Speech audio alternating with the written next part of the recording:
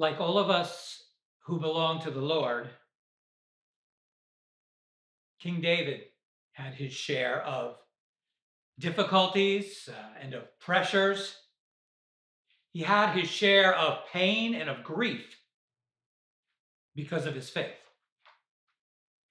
And like all of us, sometimes he fell short. He had his share of sin and of failures along the way. And like us, at times the Lord needed to correct David in order to get him back on the right path. But as we're reminded in Proverbs chapter 3 and in Hebrews chapter 12, it is only those whom the Lord loves that he disciplines, even as a father corrects his son or his daughter. We who belong to Jesus Christ are the children of God. And as his children, the Lord will only do what is good for us and what will make us more like Jesus Christ. But let's face it, sometimes we just don't see that, do we? We don't see the good through the pain, through the hardship that the Lord has allowed in our lives. We do not see the hand of our loving Heavenly Father working all things in our lives for our good and for His glory. But He does not discipline us in order to hurt us. He disciplines us in order to refine us. And He uses a variety of people and of circumstances to accomplish that goal, sometimes some very unlikely people and circumstances. And as many of us well know, that can be a rather painful process. But we are told in Isaiah 63, verse 9, in our affliction, He is afflicted. He feels the pain that we feel. He grieves over us. And those that He does not discipline, we are told in Hebrews chapter 12, verse 8, are not His children at all. But sometimes His correction seems to be more than we can bear, doesn't it? So by faith, we submit to Him. We trust in our loving Heavenly Father.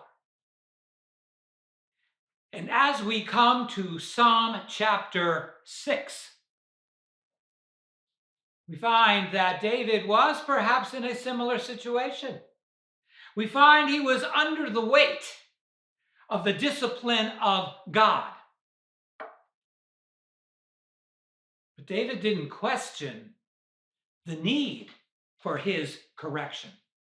He didn't question the value of that correction, but he was concerned that he would not be able to survive the intensity of the correction of a holy God who is all-powerful, who is almighty, who is all-consuming. And so perhaps this is a psalm for us today. So in verse 1, of Psalm chapter 6, David prays and he says, O Lord God Almighty, do not rebuke me. Yahach, do not correct me in the heat of your anger. Do not chasten me. Yaser in Hebrew. Do not discipline me and crush me in your wrath. Hema, in your fury. Discipline me with a rod of correction, not with a sword of destruction. Have mercy on me. Be gracious to me, O Lord God. Hanan in Hebrew. Show compassion to me. For I am pining away, he says. Amalel in Hebrew. I'm faint. I'm weak. So I'm wasting away. Heal me, O Lord, David cries out in verse 2. Rapha in Hebrew. Purify me. Do your work in me. But know this, even my bones are dismayed. Bahel in Hebrew. They shake with fear. And my soul, nephesh in Hebrew, all that is within me, my very being is greatly, overwhelmingly dismayed. I am terrified. I'm in fear. So I look to you alone, Lord. In Ecclesiastes chapter 3, verse 1, we're told that there is an appointed time for everything under heaven, even for our correction. But Lord, David says, how long will I need to endure this? When will you return? Shuv in Hebrew. When will you turn back to me and respond to my prayers in order to rescue my soul, to save me, to deliver me? Not because I deserve it,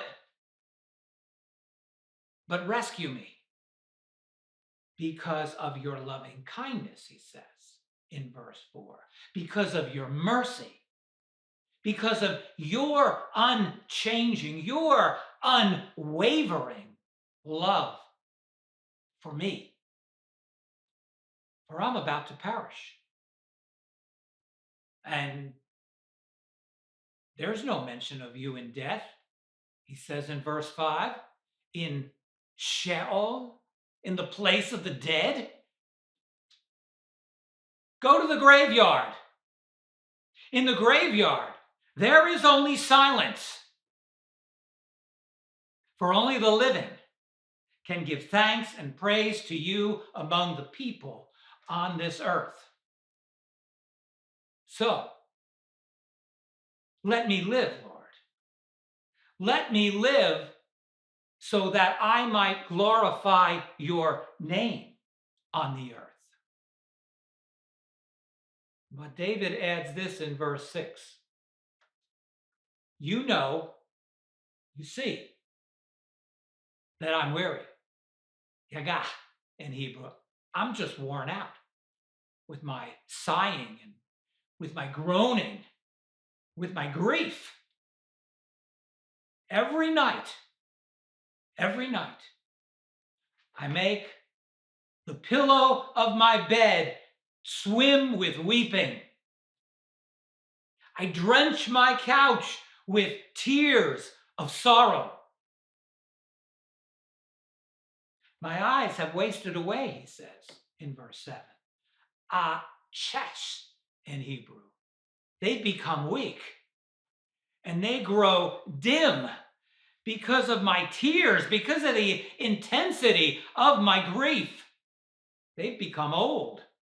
And so they fail me because of all of the heartache, because of all my enemies, my adversaries, those who show hostility towards me, who harass me, who attack me.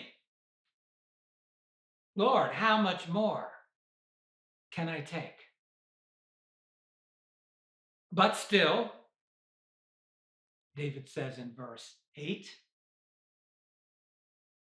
I am certain that you will vindicate me, Lord. So David rises from his bed and he addresses his enemies and he confidently declares this: Depart from me, sur in Hebrew. Turn away from me. Leave me alone, all of you who do iniquity and wickedness and harm to me. For the Lord God Almighty has heard the voice, the sound of my weeping.